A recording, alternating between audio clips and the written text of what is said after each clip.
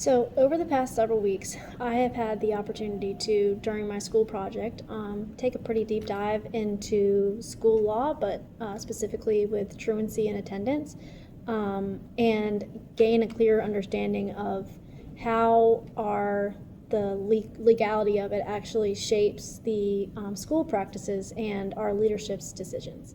So, one of the most important things that I learned is how school policies are built around state law and district regulations. So, specific legal outlines, so Policy 7.07 in my state in Virginia, outlines the attendance expectations and then also procedures for reaching out and notifying parents and steps that needs to be taken.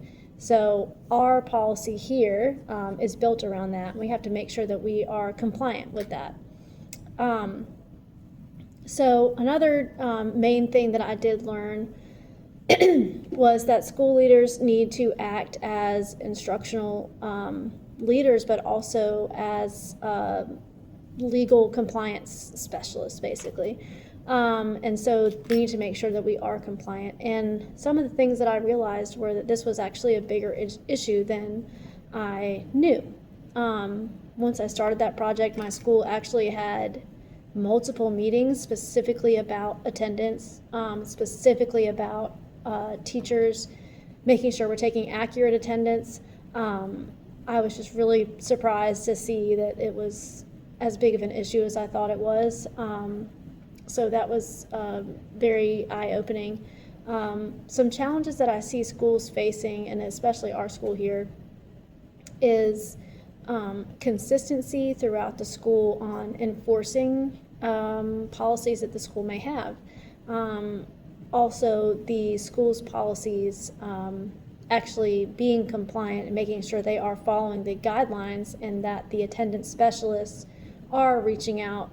For example, here we're supposed to reach out after the 8th absence. We've already been notified that that is not happening sometimes. So that was just very eye-opening for me as well. Some of the things that I find are critical areas of policy and school law that I see as vital are religious expression laws. So another thing that I learned was that that case that I think it was Thompson, that students and teachers do not lose their freedom of speech at the schoolhouse gate. And so just like students have the right to pray at their desk, pray before meals, teachers also have their right to pray before meals or pray at their desk. Kids can pray before tests. And the only thing that teachers can't do is try to coerce students into prayer with them or, hold a prayer time during class. So those were some really important things that I learned that I felt were very applicable and just